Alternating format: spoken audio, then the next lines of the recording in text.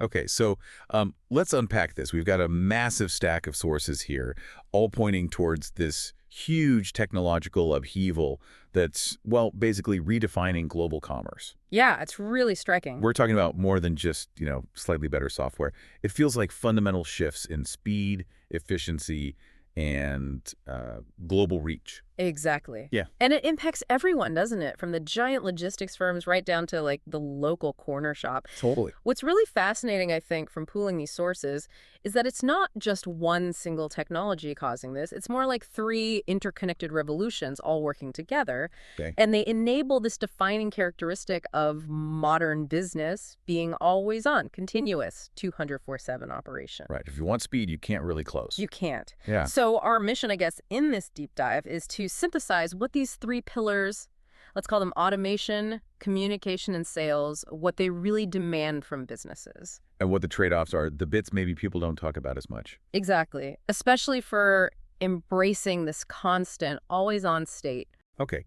So the three pillars, the automation engine, the communication revolution, and the sales shift driven by e-commerce. These aren't just buzzwords, are they? They feel like integrated systems. So where should we start? Maybe with the automation. That seems like where the efficiency gains are most immediate. Yeah, and maybe most disruptive, too. Let's start there. The automation engine. So definitions first. We're talking AI. Right. Artificial intelligence. So computer systems doing tasks that normally need human smarts learning, making decisions, that kind of thing. And robotics. That's the physical side. Machines carrying out physical tasks, often with incredible precision. And the goal is pretty simple, isn't it? Cut down the reliance on human time, reduce errors. Fundamentally, yes. Yeah. Eliminate those variables. And the sources, well, they make it clear the benefits are immediate. Huge, actually, assuming you can afford the ticket price, of course. Right. You get massive efficiency boosts by automating repetitive tasks. That cuts labor costs, minimizes mistakes. But the really big functional change, like we said, is being able to operate continuously. 204/7, no breaks. And that 204/7 thing changes the customer experience completely. Think about banks like NatWest or HSBC here in the UK. Their AI chatbots aren't just for basic questions anymore. They're guiding people through pretty complex online banking stuff at like 3 in the morning. When you'd previously need a human, probably an expensive one. Exactly. And it's not just service, it's manufacturing too. Precision. Oh, absolutely. The sources talk a lot about quality control. Look at the Nissan plant up in Sunderland. Yeah. High precision assembly, car manufacturing, it relies heavily on robotic arms. That guarantees minimal defects. It drives down costs, improves quality. It's a different world from purely manual labor. And the AI isn't just on the factory floor or answering phones. It's strategic, right? It's about the data. Hugely strategic. AI can analyze these enormous streams of data, operational data, customer data, and pull out insights a human team just couldn't find. So better decisions, faster reactions to the market. Much faster. Think about retailers like Tesco. They use AI not just for, say, stock management, but to really analyze subtle customer habits. To personalize promotions. Exactly. To target you only with things you're statistically likely to actually buy. It's very efficient marketing. Okay, that sounds like an absolute efficiency goldmine. But you mentioned the ticket price. That data analysis, the automation, it comes at a cost, doesn't it? And not just the hardware. No, definitely not. The sources are really clear. The initial investment to get these advanced systems integrated is, well, astronomical for many. Which immediately puts it out of reach for lots of smaller businesses. It does. And that brings in this sort of ethical and social tension. How so?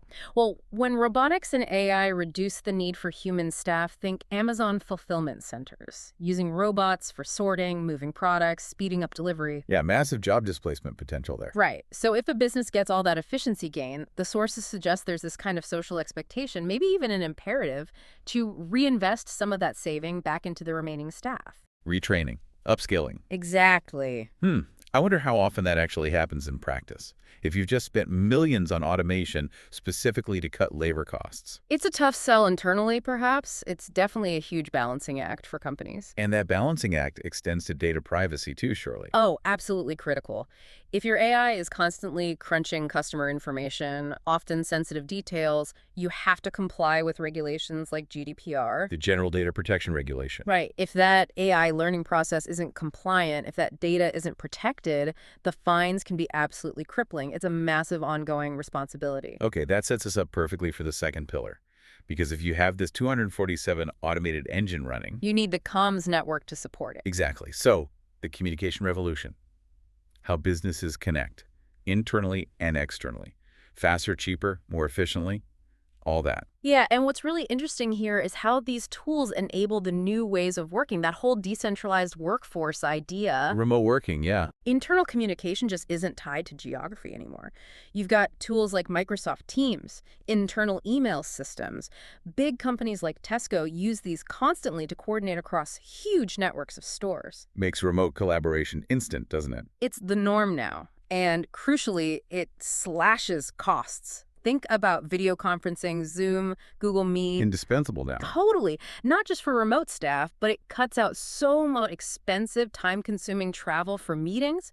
Global coordination becomes, a click away, not a flight away. So what does this all mean? It means much less friction for businesses operating across different countries, different continents even. Definitely. And then on the external side, facing the customer, communication has become much more dynamic. It's about engagement. Social media, right? Yeah. Not just advertising anymore. No, it's a huge customer service channel. Right. And branding. You see companies like Greg's using Twitter really effectively. Yeah, they're quite fun on there. Exactly. Fun, quick, relevant content. It builds brand loyalty, helps manage their public image in real time. But here's where that 247 thing bites again, isn't it? These digital platforms demand constant attention. You can't just switch off Twitter at 5 p.m. Absolutely not. And customers expect instant responses now, often handled initially by chatbots. O2, for example, uses website chatbots to guide users, answer common questions, providing that instant support round the clock. But all that connectivity, Yeah. that must be where the risk comes in. It's the primary entry point. The sources really hammer this home. The core challenge for this communication pillar is cybersecurity. It's severe. Because everything's online. Pretty much. Every internal document shared on Teams, every customer interaction happening digitally. The attack surface, as they call it, just expands dramatically. You're always vulnerable to data breaches. Permanently vulnerable. And managing that constant threat takes massive ongoing investment. It's not a one-off fix. And it creates a kind of reliance track, doesn't it?